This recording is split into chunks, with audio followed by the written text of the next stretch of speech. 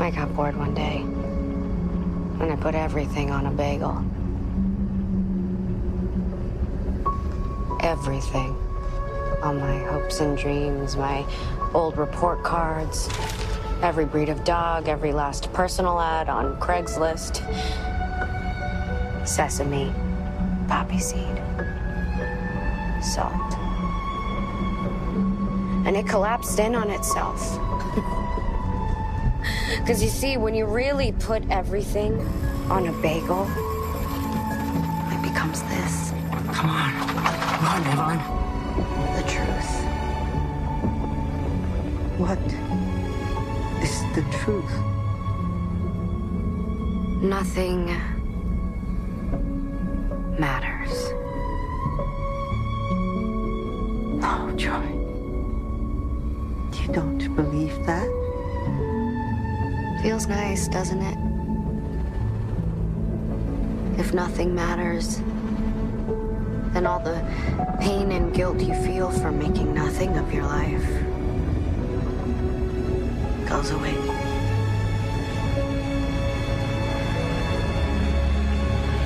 Sucked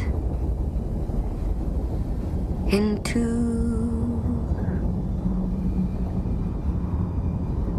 a bagel.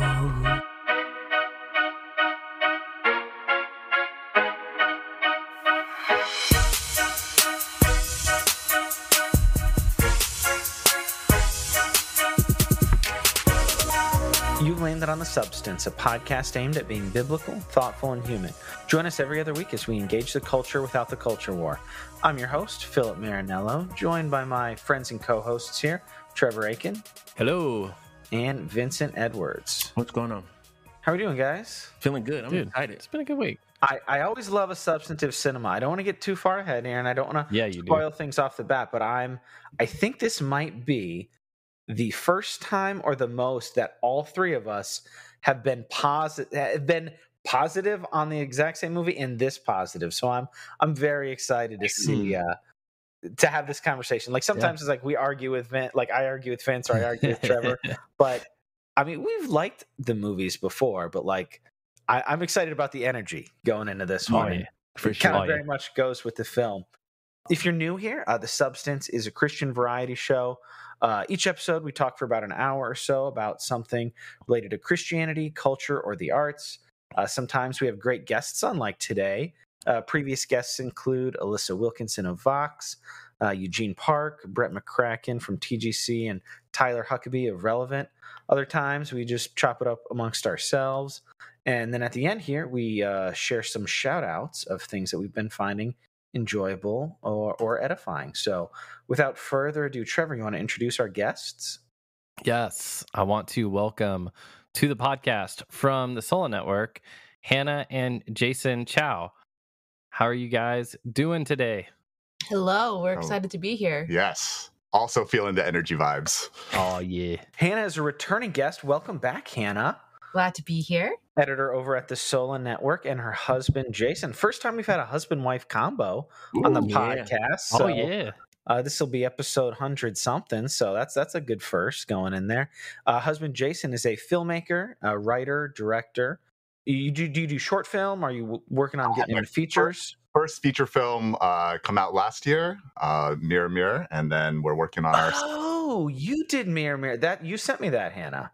Yes, I did. Very cool. I watched the first 10 or 15 minutes intently, and then I kind of scrubbed through it because she sent it to me, and I wanted to actually look at it.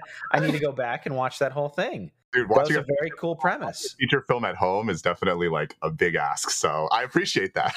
Well, and that's what it was too. I was like, I didn't know. I don't remember if I knew it was a feature or not, but I was like, oh, this is a real. But that's awesome. It's exciting, like a first film. That's a very exciting thing. Well, is that up somewhere? It's up on video. Available? I do not own all the copyrights, so it's not for profit. It's basically it was a feature film for me to say, I know how to make a feature film. Let me. Well, yeah, we'll be putting the link in the show notes there, and I promise I will go back and check out that whole thing. And we encourage you guys to do that as well here. Awesome. It's dope. So we are here to talk about probably one of the best movies so far of 2022. That's wild. I agree. Everything, everywhere, all at once. And we want to definitely give some yeah. spoiler alerts right Spoiler on alert. top. Spoilers. Yeah, I want to say too, like for us to even talk about this movie, like there are things about this movie that I totally didn't know going in that I'm glad that I didn't know going in. That's So exciting. there's a lot of people I know I've talked to, just kind of told them the general vibe. Like if you watch this movie, usually the selling points I give folks is like the female Jackie Chan is in the house killing it, and it's very wholesome. It's going to leave you feeling warm inside. Oh, Yeah. And I don't want to tell you, like, if you haven't watched it and you want to go see it, like, soon, I don't want to tell you anything else. Like, for real. Don't even watch It's it. like, come back. Don't even watch Yeah, the it very recently came out on digital and Blu-ray, 4K, all that, so it's widely It's available. going to be on HBO Max soon, I believe. Oh, beautiful. There you go. So Soon. you've I been know. warned. Depending Spoilers. on when this releases, it has been coming back here and there in different theaters around the country as well. So there's a And chance potentially. Definitely worth seeing in theaters. Oh my It is goodness! definitely I wish I worth did. Yeah, me too. I'd love Me to go too. see it again in a Yeah. theater.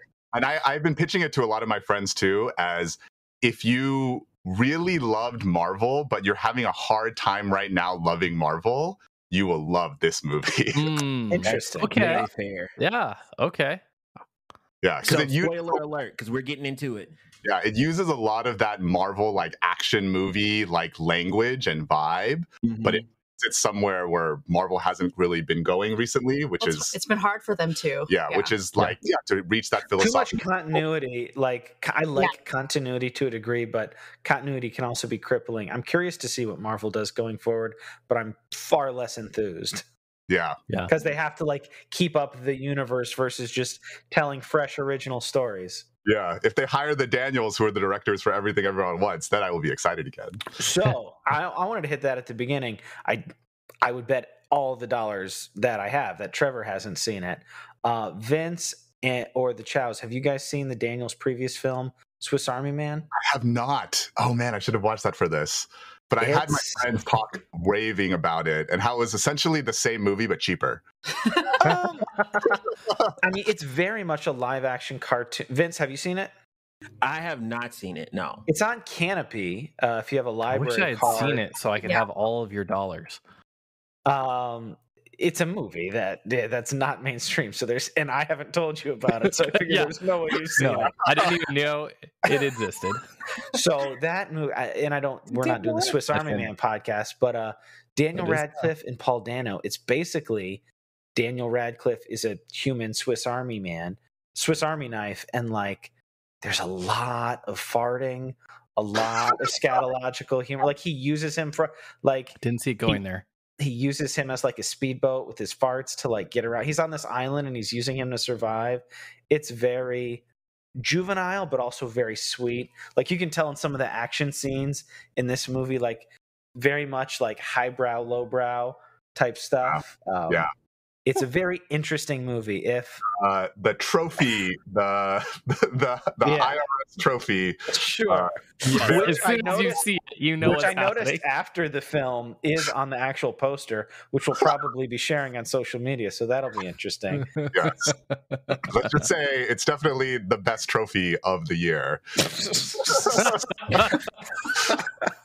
It's actually, it's featured many times. I see on the on the four corners of the Yep, poster. That's, There you that's go. real good. I'm That's like, real if they good. need an Oscar, like they should just pull it out, right?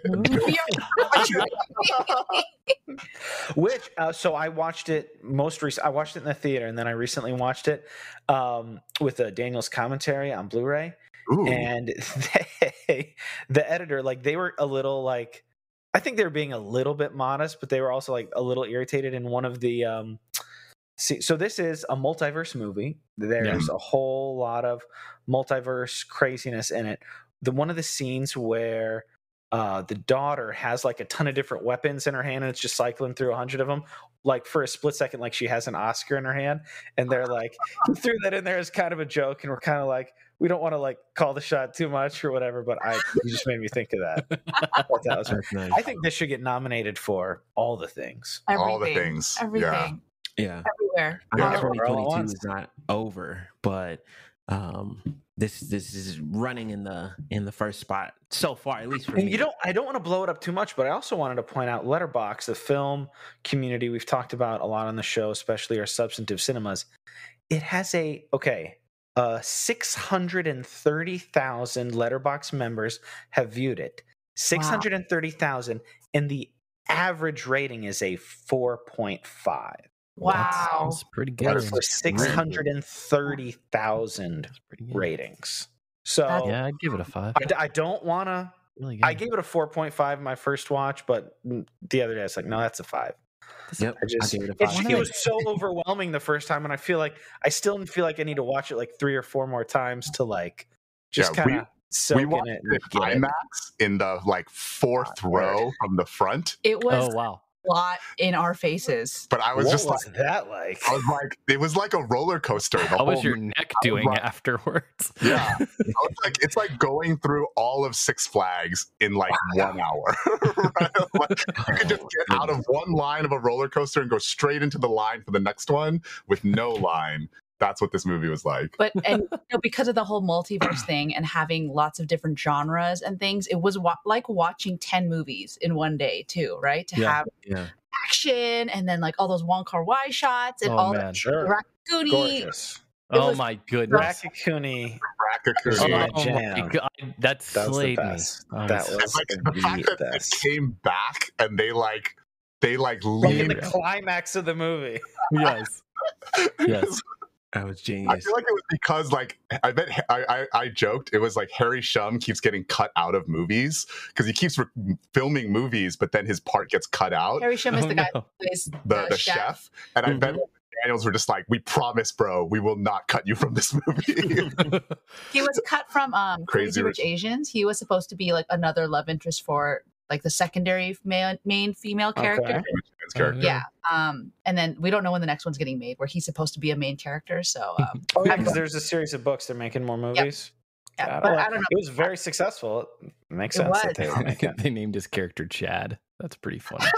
Okay, so Jason, you wrote quite a flowery letterboxd review of this. Do you want to give the listeners who may have not seen it yet just a synopsis? How would you give, like don't go crazy into spoilers, but like feel free to say whatever you want.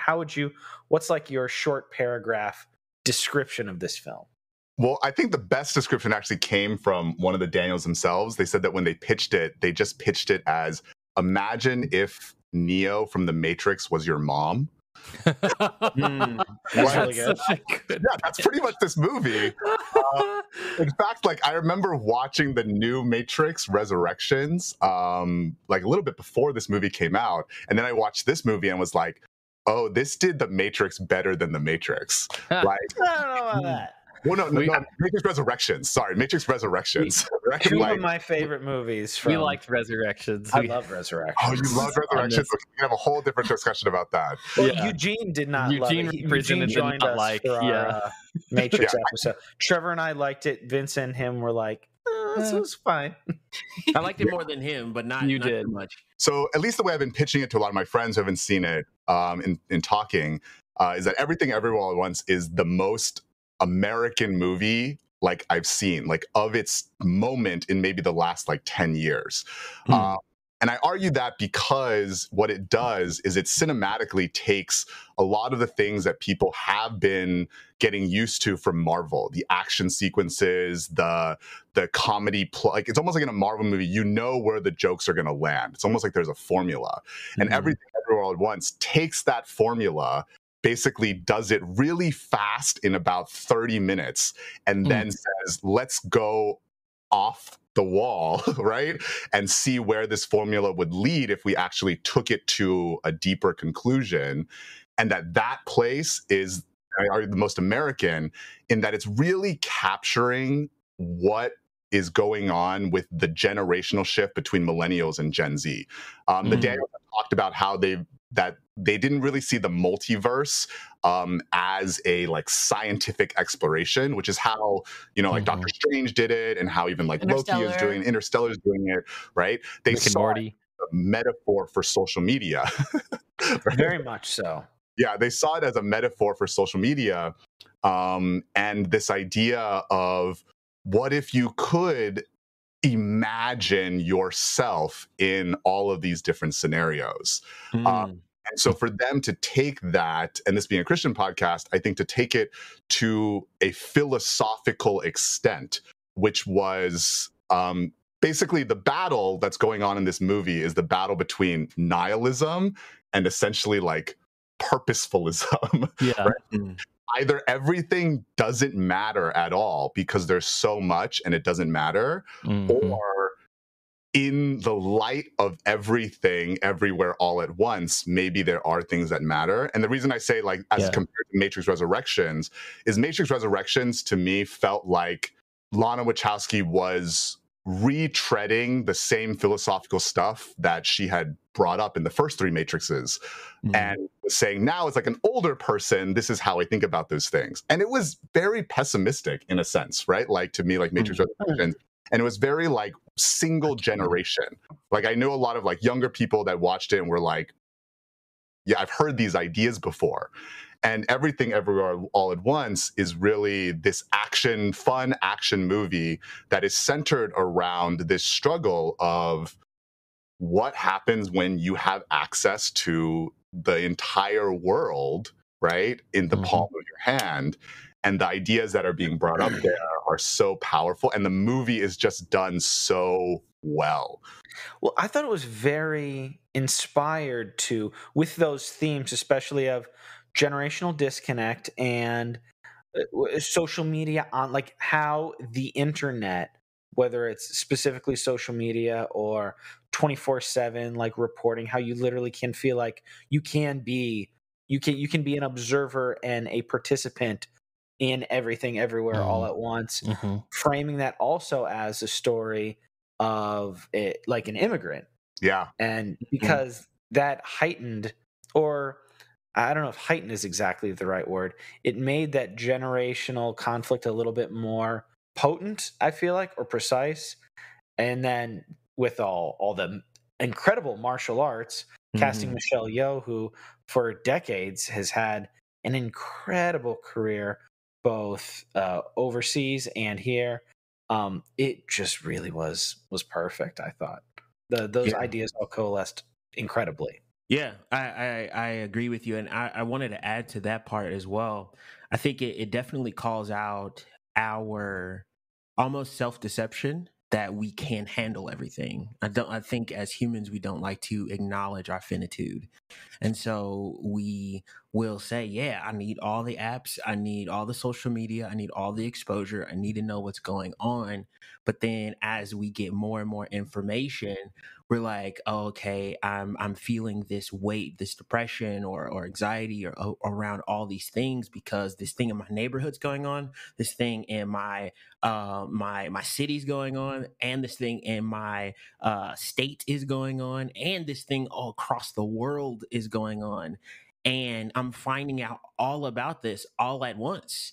And so it actually calls us out like, hey, if you don't acknowledge your finitude, the fact that you are not infinite, then your absorption of everything is going to lead you to this apathy of everything that exists. And so I think it's convicting in that way for me, because it's like I've got to learn that I am not built to know everything. I wanted to circle back to you talking about the immigrant experience and casting it as an immigrant experience, because I absolutely loved it. I loved that they, for the most part, don't speak Chinese, right? Like they're mostly speaking English the entire movie. And the reason why I think that is such a powerful lens to what is going on in America is like, as Asian American filmmakers, there's a really fascinating thing happening right now in cinema, which is the world of surrealism is like blowing up. So you have like Afro-surrealism, like Atlanta, like Sorry to Bother, even Nope that came out this weekend, right? Which we haven't seen yet. So we were in Houston, so we weren't able to see it. I was talking about the new season of Atlanta, but Nope was also super interesting, and I look forward to talking about that one day. And there's this in Afro-surrealism in America, there's this growing like perspective of the absurdity of reality, right? That like reality is the horror or is the absurdity. But for the immigrant experience, specifically the Asian American experience, because we exist in between like this white and black dichotomy often in America, there's this perspective, which is we have to figure out how this culture works, right? Especially as a second generation, we have to figure out how this culture works. But when we do, there's so often where you're like, why is this like this?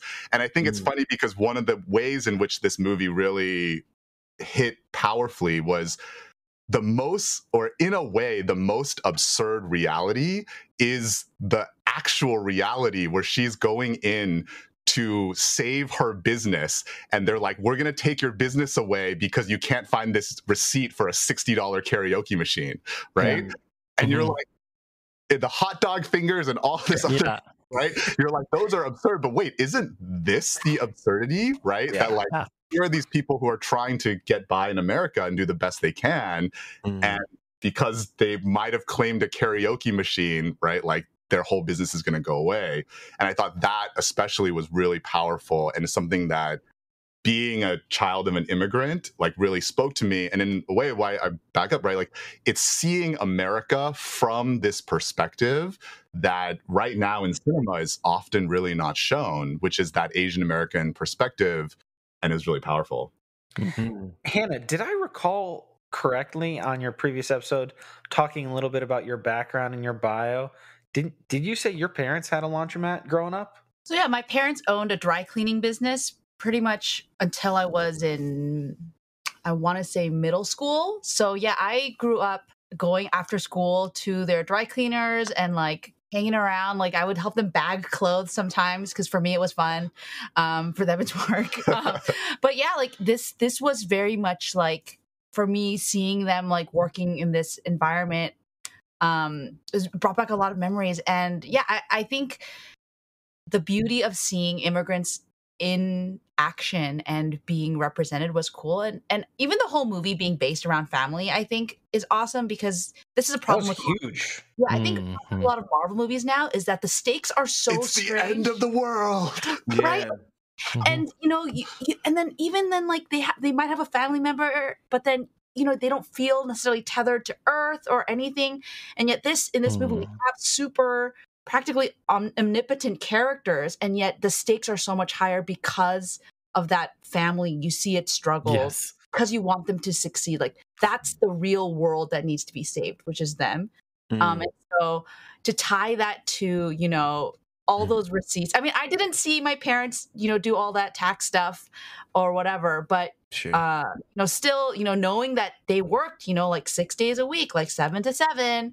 You know, there's like I saw a TikTok on what a dry cleaner actually does. Like the reason it's called a dry cleaners is because the clothes actually don't get wet; they get circled in chemicals. Yeah. So they're like, I smelled those chemicals, right? The steam, all that stuff. So yeah, it brought back a lot of memories. Although we did both have to answer the phone and talk in English for our parents, right? Oh yeah, I did that before school. For work, they got it. Well, and I did like how they had some of that, and everybody I thought was cast so well, and the performances were so on point that I didn't even realize, like in the middle of the scene, seeing it for the second time, it dawned on me, their first trip to their trip to the IRS, like. You have Michelle Yeoh, Ki-Hai Kwan, James Hong, and Jamie Lee Curtis. Like, these are all legends. These are 4 legends all sharing one scene together. But, like, they're playing the mundanity, the mundane nature of it so well. Like, you're just like, these are people. They are nailing those characters so hard that I was like, holy crud, like, these are all rock stars right now. Actually, I didn't know Jamie Lee Curtis was in the film because I probably forgotten about it. I went to the trailer once, and so when I saw her being an IRS agent, I was like, "What a weird cameo!" What a weird cameo. Little did you know that those hot dog fingers are about to come out. Oh my 25 minutes in. Yeah, I heard a lot of stuff too about her casting and like people like not recognizing her in the film and all sorts of stuff. She had some interesting interviews on that.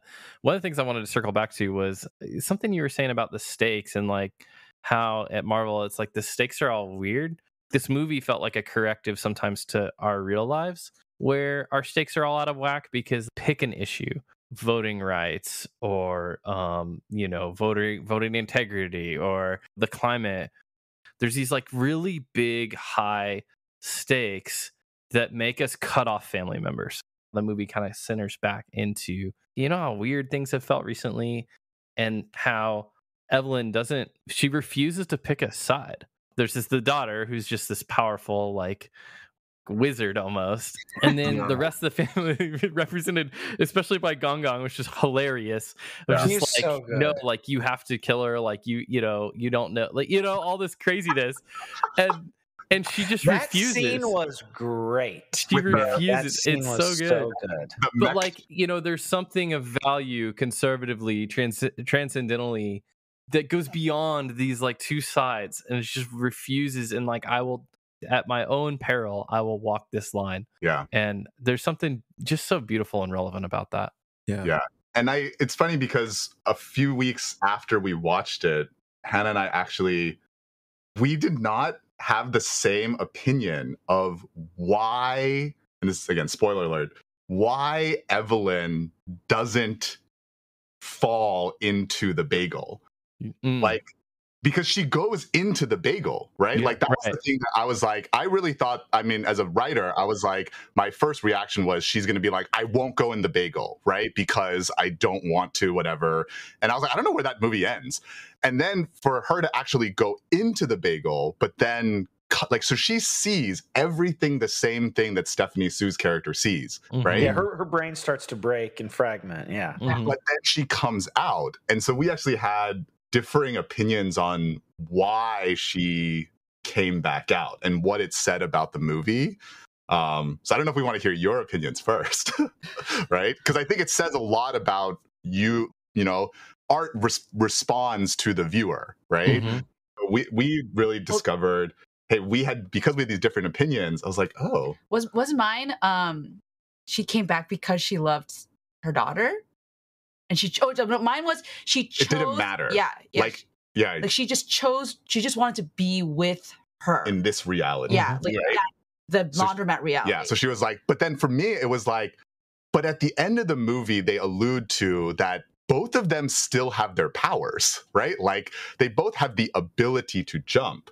And then so to me, it was this thought, which was, Stephanie Sue went into every single universe and was like, in every universe, my relationships are imperfect, right? And they struggle, and therefore their struggle doesn't matter. I should just give up, right? But then for Michelle Yeoh's character, for Evelyn to go in and be like, she sees the same thing. In every universe, there is struggle.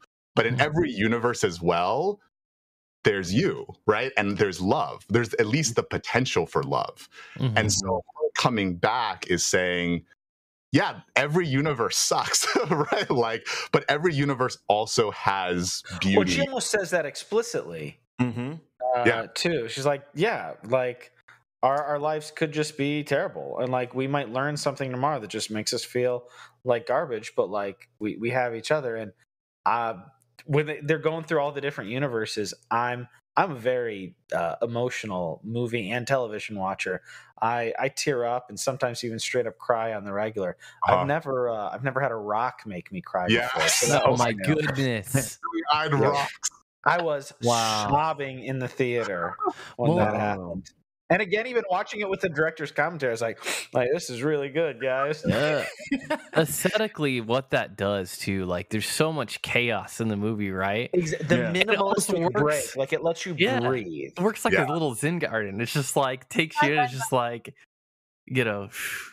and then they obviously the rocks they can't talk. So then you just got some reading. And that was so on the commentary track. That was Michelle Yeoh's suggestion. The Daniels were going to have Michelle and Stephanie do the voiceovers, but Michelle's like, no, like this should really be a quiet moment. Like this should just be subtitles on the screen. And that was brilliant. And I think that's so funny because Jason said earlier, like most of the movie is in English, right?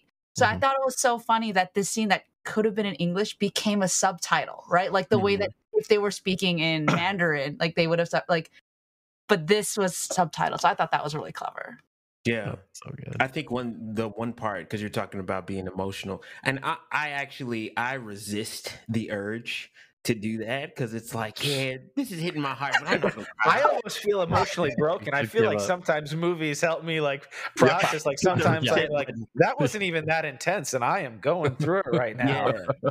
But one part when the husband was describing that his focus on joy was fighting. That was a form of fighting. So it wasn't a form of weakness. And like out of the gate, I loved his character. I was like, bro, he's so jovial. I love his energy, man.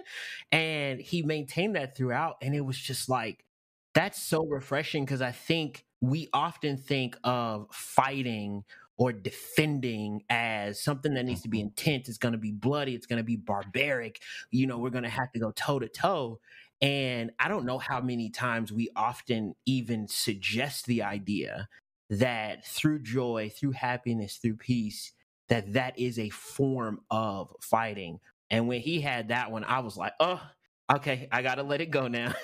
And it's just start coming out because I can relate to that in a lot of ways. And I didn't see it as necessarily fighting more than it was like there is a huge value in joy and focusing on that joy because it's super easy. I think anybody and everybody can we're all well versed on what's wrong because it's right in our face. Mm-hmm. So to be able to actually focus on what's right or how can this be right or what are the positives that we can pull from that has even more significance because the default is the bloodiness of the battles of it's easy to be pessimistic or to fight. To aggressively exteriorly fight. That totally makes sense because, you know, in the movie in the beginning, you think that Alpha Raymond, right? The one who unlocks her powers is the best Raymond, right? You're like, oh, this guy can fight with a fanny pack, right? That fanny pack fight was that's like classic Jackie Chan fight like in a modern 2020 movie. It was so good. And you're like, he's confident, right? She should get with him somehow. But then as you see that laundromat Raymond is the Raymond who has joy, who truly loves Evelyn, who truly loves his family and right, doesn't need superpowers to love her. And you even see that with like the Wong Kar-wai version of Raymond, right? Of where he's, you know, even for him, like it's not my prestige that makes him special. It's his love for her, right? Like I would love to talk with you in a laundromat, right? And I think that for me, that's why I really loved Raymond's character, Waymond's character, because I think it really the immigration misspell. Totally. So he's us, right? We're not Evelyn all the time. We don't have superpowers, but we can choose, like you said, Vince, joy. Right? We can find those moments in our lives where we can encourage those around us and fight for our families, fight for peace, and so I love Laundromat Waymond. Yeah, and I think that theme of like, what do you do with the power that you have? Because one of the things in Everywhere All at Once is saying that technically everybody has this power. Like if you have the headset, right? Like it's not, there's nothing special inherently about them to a degree, right? But part of the movie is, what do you do with the power that you have? Do you use it violently to, you know, enact your will, or like that? Because even that last battle scene, it's pacifism. It's pacifism, right? Or it's generosity. It's her saying, in the power I now have, instead of punching you harder, I'm going to give you the thing that you really want to be happy, like puppies, right? Well, and they even tease that at the beginning. It's written for such an insane movie, it's written so well. For the first major conflict Evelyn has with Jamie Lee Curtis, which kind of mirrored like, Jamie Lee Curtis is the IRS agent. She's a small business owner, and they're like, it's a small cosmically, the closing or the survival of a small business is a small conflict. But as they're kind of portraying it through the fight, like her first like small victory, her crazy action that she has to do to get the power is to say I love you. And I was just like, man, these Daniels are good. Protect these men and let them make movies forever. Because that's the thing is, we all have power, right? Like whether it be the power you have as a parent or the power you have as an IRS agent, or even like for them at the failing business, the setup or like the time device, because every movie needs a time device, right? To push time, is them throwing a party for the community, right? Yeah. Like, and you're like, this is a business that is going bankrupt, and yet Waymond, right, is like, no, this party is important, right? Because it brings Chinese joy. New Year, wasn't it? It was a Chinese New Year, right? Chinese Like New Year, it brings joy, right? And even the whole idea of the googly eyes, right? Yes. He's just Love like, that so much. It's winsome. Yeah. yeah, he's just like, why do I need a reason to do it or not do it other than? I also got choked up when Evelyn put the Google it. Like, it's so good. It is You were good. talking about the Wong Kar-wai Waymond, when he says, like, in another life, I would have loved to have just done taxes and do laundry with you. I was like, oh, that's maybe like the most romantic thing I've ever seen in a movie in like years. Like, golly. True. Yeah. And that's where I think it flies kind of counter to where cinematic, at least action cinematic culture is right now, you know, where it's most Marvel movies, I'm like, who can punch the hardest, right? The movie ends on who punches the hardest. Like, Thor punches the hardest. Oh, no, Captain Marvel punches the hardest. And for a movie to be like, no, in a conflict, right? Like, and you were talking about our current climate that has a lot of conflict going on, for a movie to say, hey, the only way we can really have a satisfying conclusion has to be something other than someone punching someone really hard. Yeah. That's super good. And like, there's so many threads that we could pull on, but one I want to pull on right now is from what you just said about conflict and how we handle conflict. I would love to hear this group talk a little bit about the marital conflict that's happening.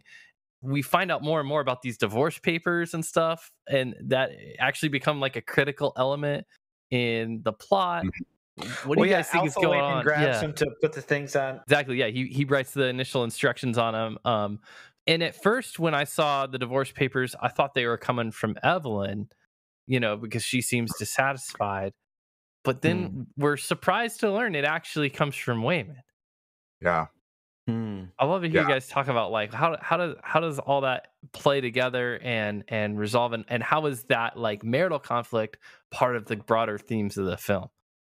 Well, as the married couple here, I guess we'll jump in first. For me, I thought it was so powerful because even right now, I've been going through a transition back into filmmaking, making my first feature film, and thinking about, you know, this potentially very different life that we as a married couple are going to live, as opposed to when I proposed, right? And it was just like, this is the life you're going to have. And now it's like, psych, right? Like, you married a filmmaker, we might travel a bunch, you know, like, and we might be really poor or really rich, or, you know, like, and all those possibilities, they are really scary. And I think that being married, part of the fear is that like your decisions can drastically impact somebody else, right? And especially in this world now where I think the pull of ambition and the pull of everybody can be famous, everybody can be rich. You know, I have so many friends that spend all their times talking about stocks, right? And they're always like, man, one day I'm going to hit this stock and I'm going to be super rich. What does that do to a relationship where you're living every day together, right? And you're cooking meals and you're cleaning the house. And if your brain is always in this place of, well, one day when we are this, then we'll be happy. Then and I thought that as a commentary on, you know, marriage and relationship of, you can find the happiness in every day, even find the happiness in the moments that suck, right? Like, at least we're going through the suck together, you know? Right.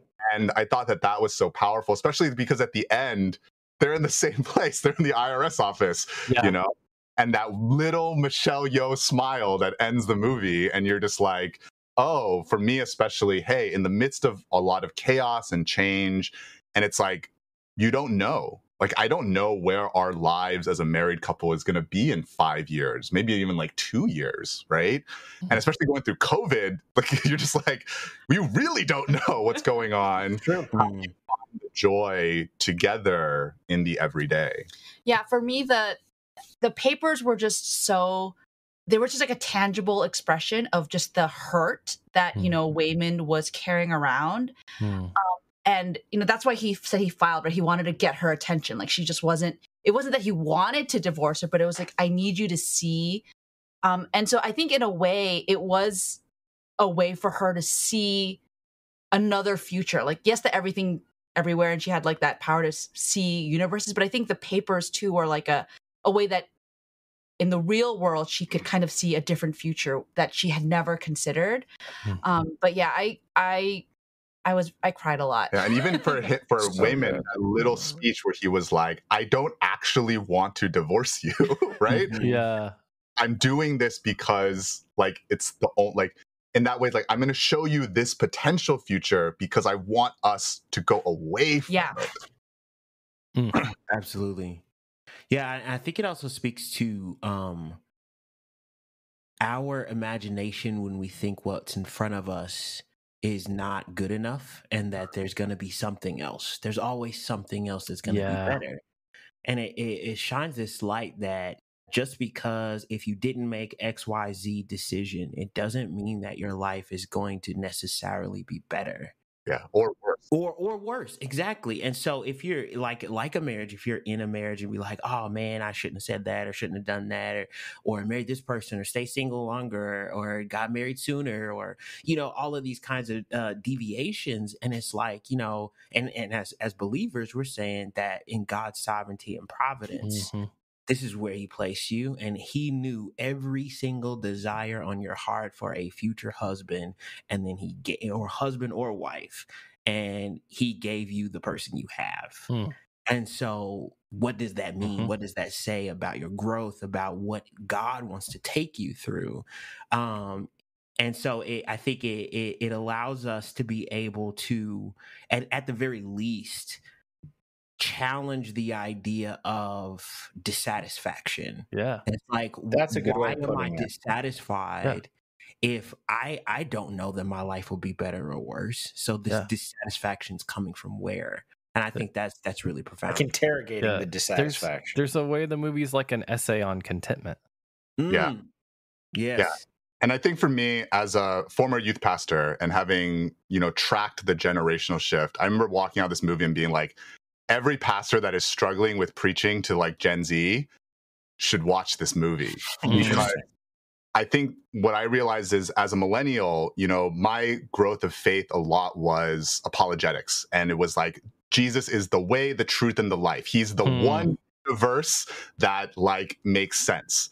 But I realized that part of my struggle, and I think Gen Z's struggle, is that is an answer to a question, but that is not the question this new generation is having, right? Their question is not which of the universes is the best, right? Their question is, if I have access to every universe, right? But to choose one is to give all the others up, right? How do I find that contentment in my life?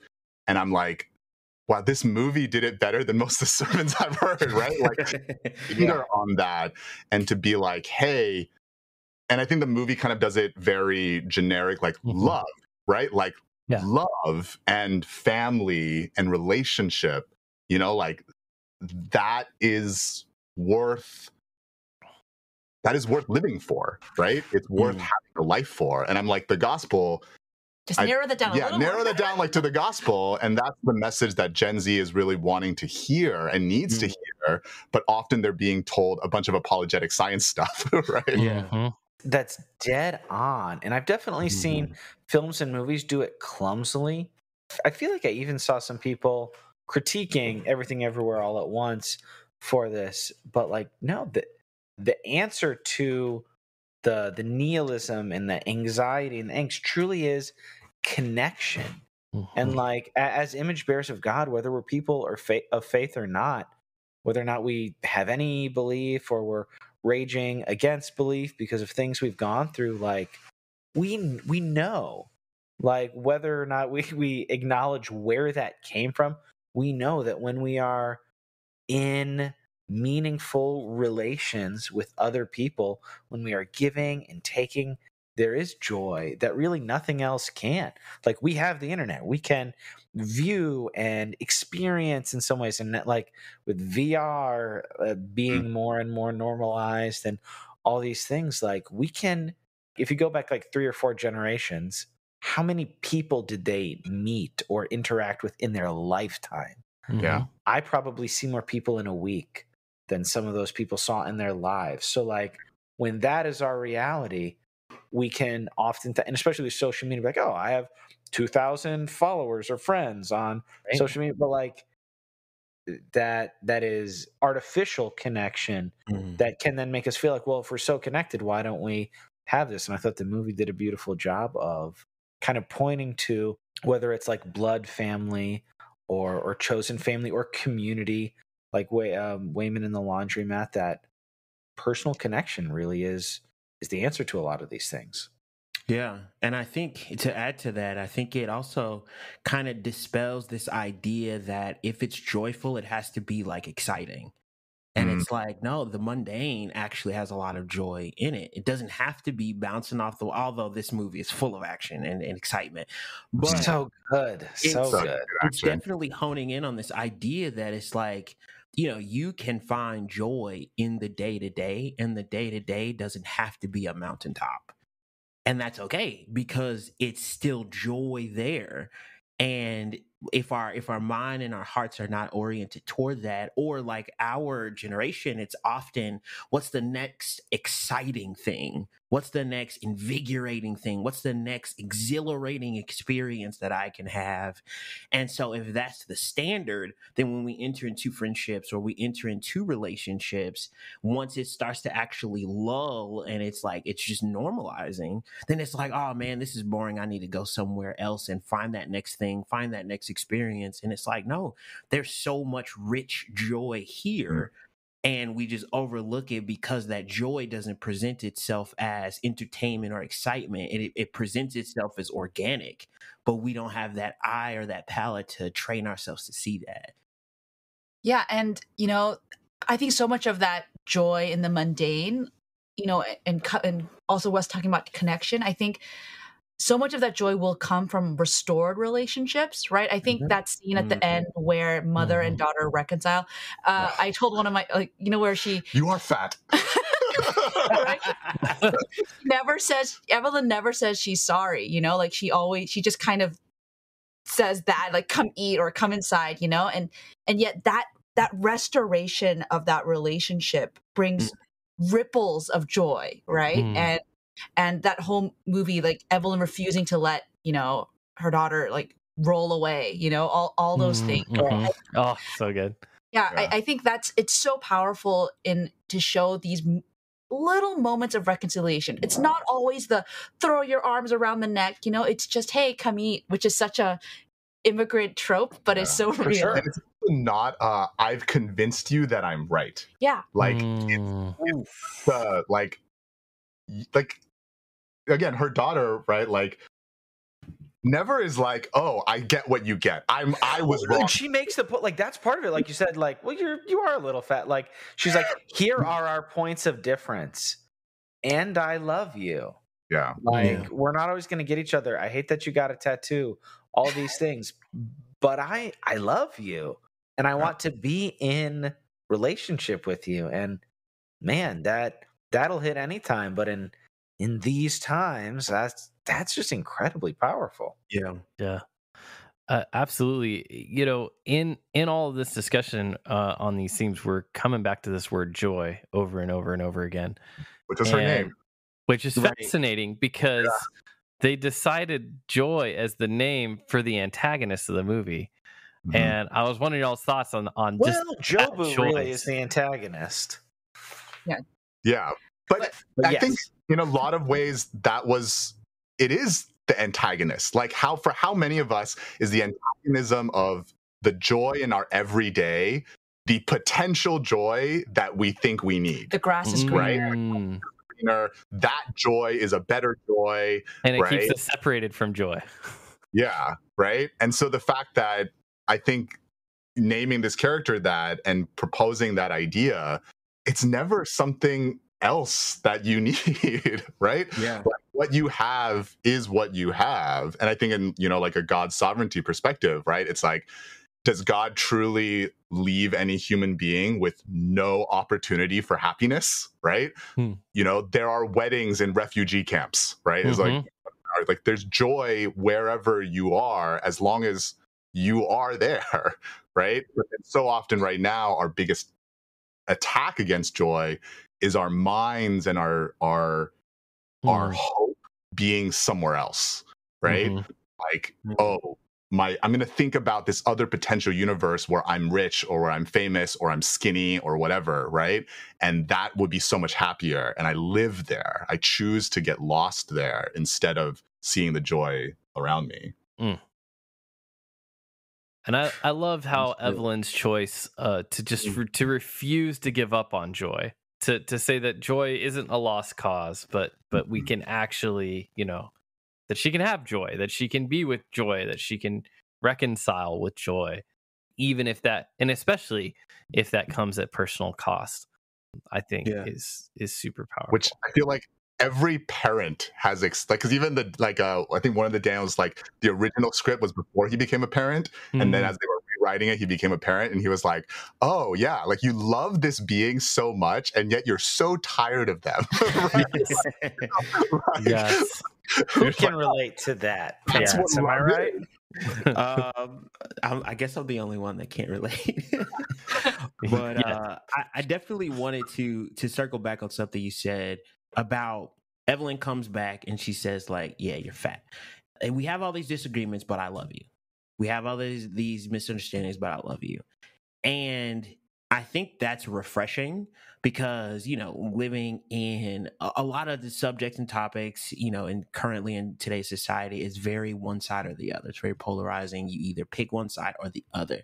It's actually shining this light that it's like, we can disagree and that does not make me your enemy.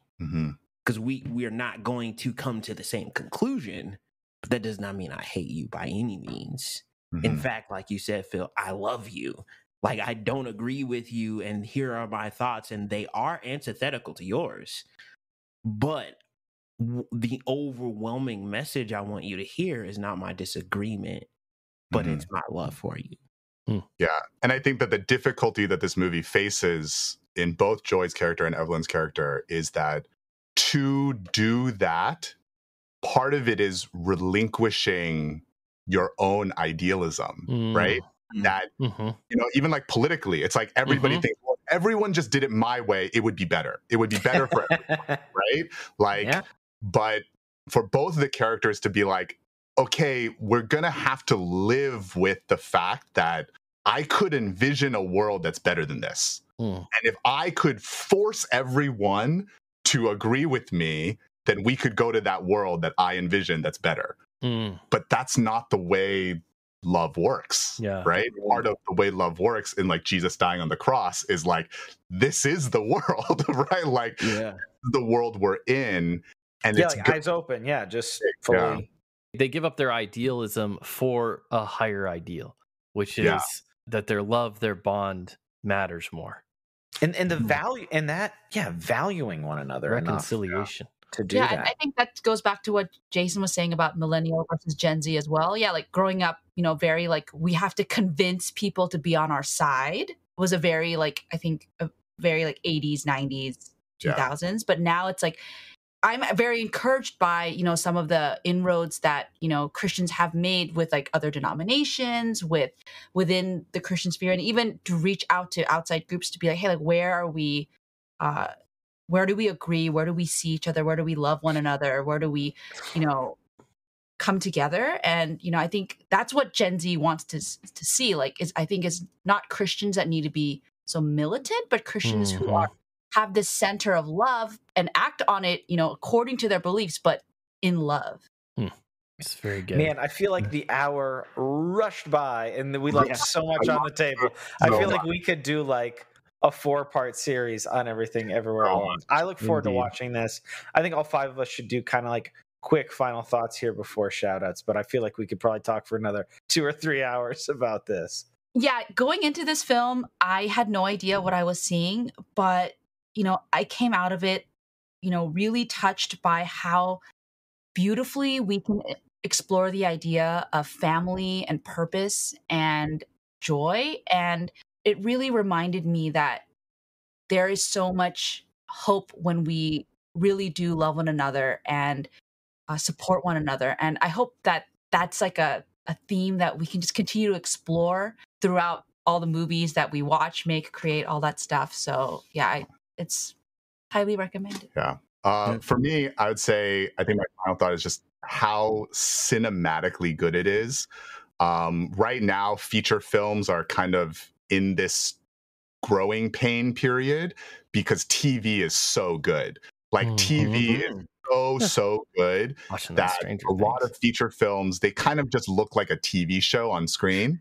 Right. Well, studios too. That's a soapbox of mine. Studios want the $200 million movies, but then the $2 million movies. Like they don't make movies. Yeah, and then they spend $200 million to shoot scenes in standard coverage, to make the same crap. Yeah, and I'm like, I think one thing that everything, with all the themes and everything we talked about, as a cinematic work of art, it is like, was so encouraging because I was like, this is why you should go to a movie theater, right? Like, I think if it is get re-released, anybody listening to this, if you have the opportunity to watch a movie theater, this is one of the movies where I'm like, this is why when you go to a theater versus watching it, even if you have a 80-inch TV at home, it is not the same. The things they do with aspect ratio, with lighting, with sound design, with production design, like all of these things are designed for you to experience it in this immersive environment.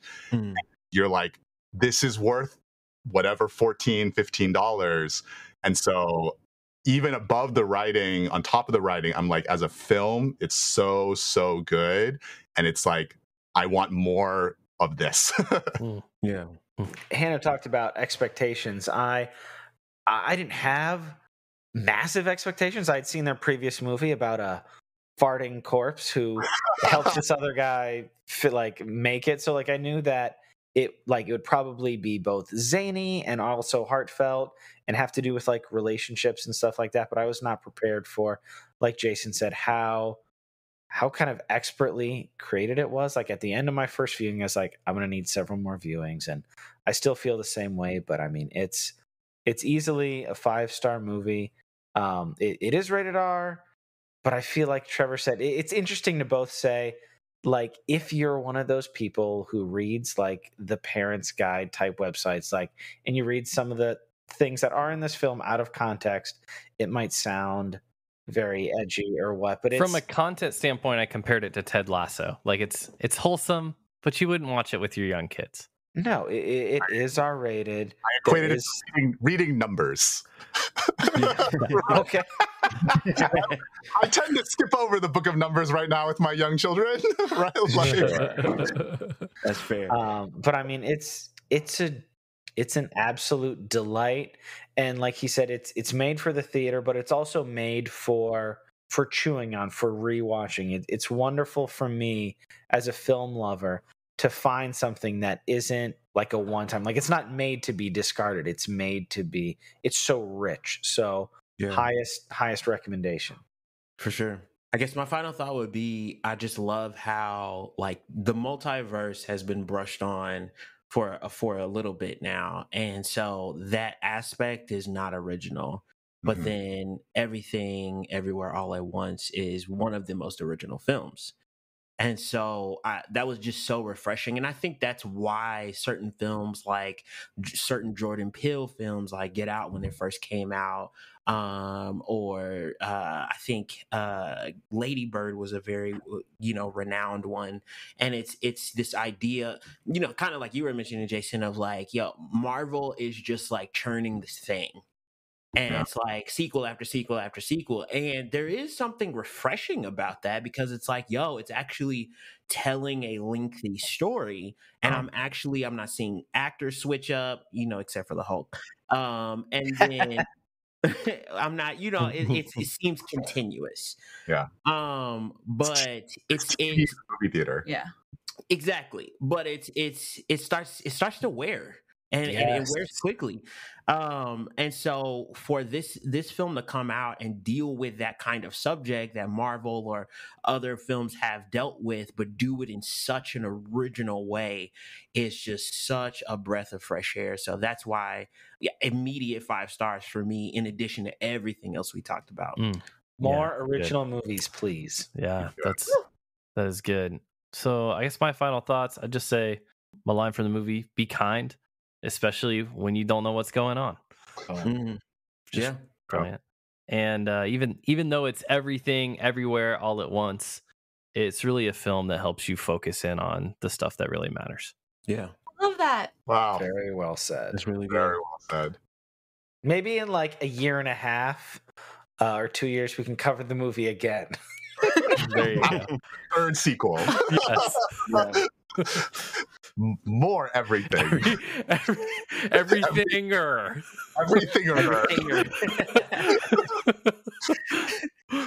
So shout outs. We can go back. Ladies first again. Hannah, why don't you kick us off? What have you been enjoying, reading, watching, listening to, consuming? What has brought joy to your life lately? Tex Mex. I was in Houston, and Houston does Tex Mex so well. Careful. There's one. Careful. Oh.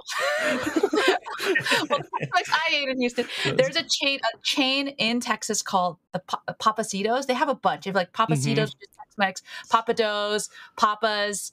But Pappasitos, they have this incredible fajitas. One of the best parts though for my kids is you can watch them making tortillas. And then they will give each kid a ball of flour to play with at their table, so that when they're done eating, they will not bother you while you try to finish your delicious fajitas.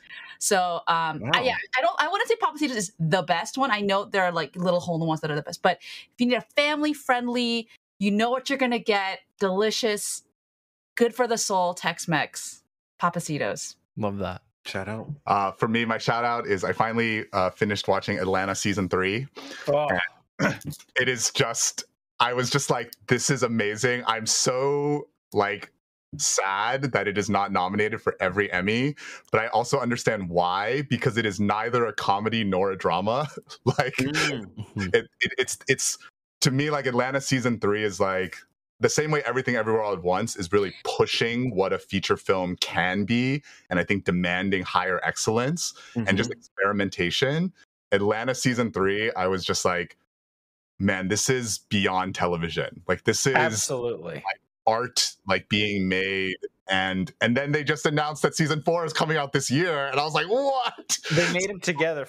I think, to piggyback, this won't be mine, but I'll just say, listeners, if you have Hulu and you're feeling overwhelmed, I feel like New Jazz is the best short film I've maybe ever seen. Oh my God. Each episode's kind of like a short film. New Jazz, the one in Amsterdam. Man. So I will say, and I'm very glad I watched one episode a night. I don't think it's a bingeable show. Yeah. I'm like, you will be overwhelmed with ideas. But Atlanta season 3, especially if you're listening to this and you're like the surrealism of Everything Everywhere at Once like really hit you. What Donald Glover and Hiro Murai are doing with Atlanta is that like spades on television. Man, that's awesome. Vince, what you got? Are we all doing them? Oh, you sprang it on, brother. Man. I was not prepared. Wow. I had one just in case, because I keep an eye peeled for Phil Wiley. He was on the frequency. Here, let me give you some more time to think about it. Go ahead, please. Yeah, so I'll just say really, really simply here. I'm gonna pick Stranger Things season 4. Just started watching. Yes. And we were talking about like movies and TV shows, and here's the lie about Stranger Things is that it's 9 episodes. It's not. It's like a 9 film series. Yes. Like, the episodes are like an hour and 20 minutes. I think the finale was like an hour and 40 something. I think it's 2.5. I've heard. 2.5 actually. Yeah. I haven't watched the last 2. I'm saying like 2.5 hours. You're out here trying to call this an episode. This is a feature film. This is a long feature film. I wish they had put it in theaters. Those last 2 episodes, I would have. That would have been awesome. If you're in Kansas City, they did. It was pretty dope. There you I missed go. it, but shout out to Screenland Armor, sponsor the podcast sometime. Actually, one of the things that I would love to do, I know that we're still a Kansas City podcast. Trevor and Vince are gone. I'd love to do like a substantive cinema screening with them sometime. So just kind of putting that out there. Hey, we have That friends. would be dope. Yeah, we'll fly in. We'll hang out. Hey, I'm Always. That would very be down dope. for that. Vince, I'll give you a little bit more time. I haven't started the second season yet, but I know it it drops very, very soon. I shouted this out, I think, kind of briefly in our media roundup at the end of 2021, but I'm very excited for the second season of Reservation Dogs. It's also somewhat in a similar vein of Atlanta. It's not quite as surreal, but it's very similar. It's set on an Indian reservation, and it's in the vein of the Afro surrealism, like the experience of a minority people in America. The idea is like the absurdity of the regular with also surreal elements as well. It's produced and created by Taika Waititi and a native man whose name I forget right now. I don't have it right in front of me, but it appears very authentic. They have nearly all native cast, and it's original. It's fresh, and similar to Atlanta, it's a 30-ish minute show that has commercial breaks taken out. So it's a quick watch, and you can watch multiple at a time. So Reservation Dogs, super pumped for the second season. By the time this episode airs, I believe season 2 will have started on Hulu. Nice. All right, I finally got mine. So, listener, you heard all these great shout outs, but I'm about to put it on you. All right. You want to bless that playlist, Vince? I'm not actually. This is a TV show. I'm going to go with the trend. So, there is a show. If you don't have Apple TV, get a free trial, do whatever. Go ahead, just pay for 1 month, even if you have to. $4.99. It's the best priced one out there. Exactly. There is a Apple original called Severance. And it is. You gotta watch it. That was his second. That's at the top of my list to watch when we turn it back on for Ted Lasso season 3. Me and my wife watched that. We couldn't get enough. It is one of the most thought-provoking, entertaining, just absolutely brain-splitting. They just do a great job of loving the characters and it really engrossing yourself in the story. And then it's shrouded with so much mystery that it's like, I know what's going on, but I don't know what's going on. And it's like, it's one of the best executed shows that I have seen in a very long time. The idea is so original, and it really makes you think about what does it mean to be a person? What does it mean to what does consciousness actually mean, and what value that has if it's experienced differently? So I'm not trying to give away too many spoilers, but I promise, even if you feel like episode 1 and 2 is like a little slow, that's okay. Please go the distance, because by the end, your jaw's gonna drop and you're gonna be on the edge of your seat. So please, is that a mini, or is there gonna be season 2? There's gonna be a season 2. Yes, okay. Season 2 is coming. I didn't know if it was contained. That is literally at the top of my list to watch when we turn Apple TV back on. If you have any friends who are in corporate life and you want to understand their surrealist absurdity pain. Absolutely. I watched Severance, and my brother works for Apple, and I was like, "Is this your life?" And he was like, "Yeah." That's why he can't watch it. Yeah, if you are stuck in a corporate hell, maybe don't watch it though. Okay. Right? Yeah, like traumatizing. You won't be traumatized. You will question your life. The trigger warning for Trevor. Trigger warning for corporate America. Yes, but absolutely, if you have the time, Severance is going to be a great show. So please enjoy that. You will understand music dance experience. I'm so excited. I'm so excited. Nice work. Podcast is an audio medium, but Trevor just made a very good movie joke. Yeah, it was a visual gag. Yeah. It's so funny. Like, how is Apple TV making this? This is about you guys. And that's another team is wild. It's so wonderful to see some companies with streaming just let artists make art. Yeah. That's a very nice thing. So Jason, we will put Hannah resend me the Vimeo link. We'll put that in the show notes. But where would you like people to find you guys? What would you like to tell them to check out, or where can you be found? My website is risingstory.com, and my Instagram handle is @JasonTheChao. I'm on Twitter too, but I'm not very good at Twitter, so Instagram is definitely my thing. I did a series of choose your own adventure stories last year, and I might be redoing that soon. It was through his Insta stories. Yeah, so I let nice. like the audience pick where the story is going to go, and then I try to still make it good. Interesting. Nice. Yeah, I am at Loud Hannah on Twitter. I'm also at Loud Hannah on Instagram, but my Instagram is pretty much just personal stuff. But I post and retweet things on my Twitter feed. So you can also check out Sola Network at sola.network, where we post devos, interviews, articles on the Christian faith, especially from an Asian American perspective. And yeah, we'd love to have you check out our stuff. The roundups you guys put out are really great too at the end of the weeks or the months. Yeah, Those are Jared Lee, our social media guy, he is a rock star. Anything new in the Taylor Swift world you want to share with us before we go? Oh yeah, so the last thing she dropped, she's in the middle of re-recording all her albums, was in November, but she hasn't released any new albums, and there's this big lull, like what's happening. So the rumor on the street is maybe she's releasing a brand new album, not a re-recording, but a new one sometime this fall. So I don't know when this podcast is going to drop, like maybe there'll be a single, I don't know, but if you heard it here first. So if it didn't happen, then will it into existence. That's what she's doing. Yeah. Sending my but name it and claim it. Yeah. So there is a universe where she did drop it. That's true. Maybe we're in that universe where she will drop an album. It's like an anti-Jesus juke. They're the best jokes.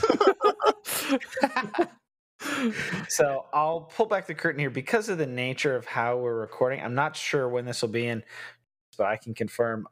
Former guest of the show, Mike White, who came on to do our episode on The Thing, who has, honestly, I listen to a lot of movie podcasts. One of my favorite movie podcasts, a very highly lauded and well-regarded podcast, The Projection Booth. Ooh. There's a chance that my first episode with him is out. We talked about Wise Blood, John Huston's adaptation of the Flannery O'Connor novel, and hopefully I talked real good on it. Nice, dude. Well, Hannah and Jason, thanks for taking time out of your evening to hang out with us. It's always so much fun, and we'll have to be careful if next time we end up having you on for a Taylor Swift segment, we might just Beetlejuice you into always having a Taylor Swift. If there's anytime. I have to hold it back, my Taylor Swiftness. I was kicking myself. I got the Taylor Swift thing for you. I was like, oh man, I didn't call one of Jason's friends and get some dirt on him and surprise him with a question. But this episode's already kind of been a little bit long. No, it's got a lot. He sprung a Taylor Swift. It's funny. Oh yeah, he messaged you. I did. Anyway, it was. Oh yeah. So if it happens, you don't have. Yeah, you. Don't worry. She will have analyzed the entire album the day after it comes out. Yeah. That's the one good thing about being on the West Coast is it drops midnight Eastern. So it's only 9 p.m. for me. So I can listen to the album twice before I go to bed. Maybe 3 times if, I really don't mind not sleeping. Yeah, no, I had to stay up till 11 to listen to half of Kendrick's album. I'm like, I'm going to bed. I don't care. It's like a 2-hour album. It was pretty long. But yeah, see, that's one great thing about the West Coast. You get a little extra time. There you go. Yeah, so if you need anything else, let me know. They can do the bumper. Enjoy your bumper time. Okay. Thank you so much. See you. See you. I think enjoy your bumper time is my favorite guest sign off ever. It's kind of always throws me off when you edit a mixtape of bloopers at the end, but you should definitely keep that. I know. Well, Substance fam, that was Jason and Hannah Chao from the Sola Network. Check out their stuff. Check out this movie. What a joyful Check out this time. Movie several times. Indeed. This is so good. Watch it with your family. Watch it with your dad. Maybe. I think you should. Are you gonna watch this with your dad?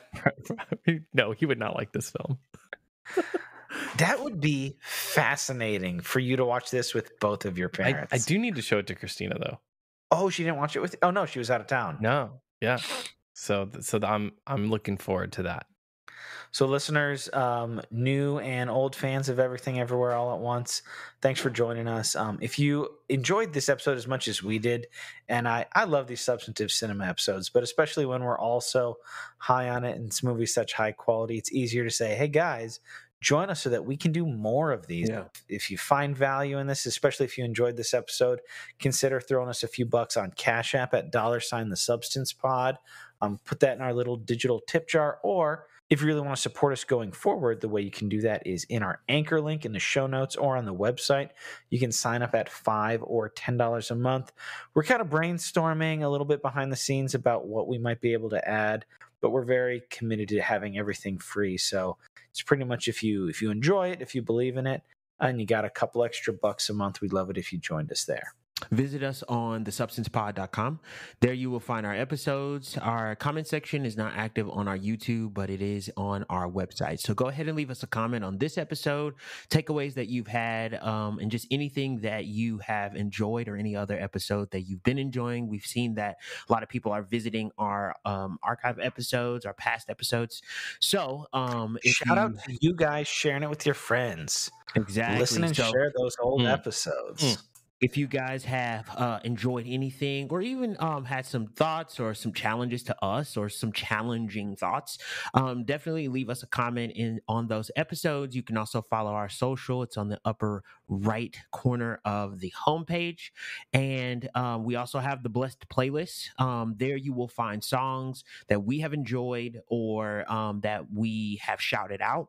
And so take a listen to those songs or episodes that we've selected. And obviously, we always say the splish splash warning. There's going to be a little language in probably a few of those songs.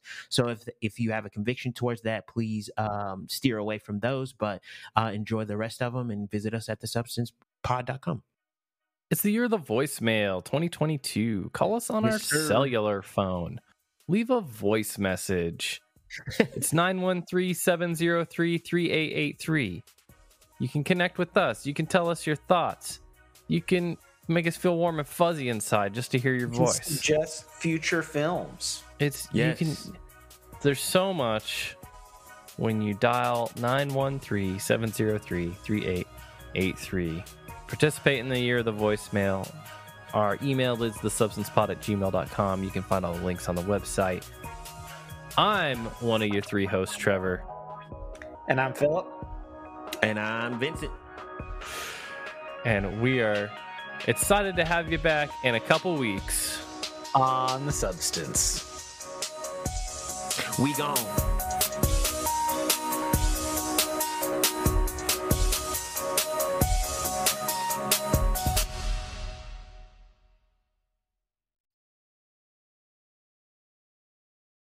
There you go. If Vincent doesn't say we gone, do we just stay here on the recording forever?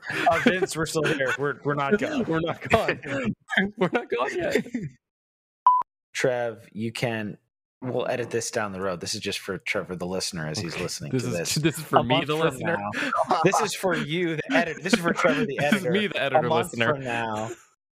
One thing I want to start doing actually with our guests is just officially take a picture with everybody. Oh, yes. So since we have this, no, you look good. No, in my basement. Yeah, there you go. Philip's murder basement on 3, 2, 1. Oh, look at the camera. Oh yeah, I was definitely looking at Phil's face. Most of the episode. That's perfect. That's perfect. I got the shot. Yeah. That's why the smiles were so genuine. Wonderful.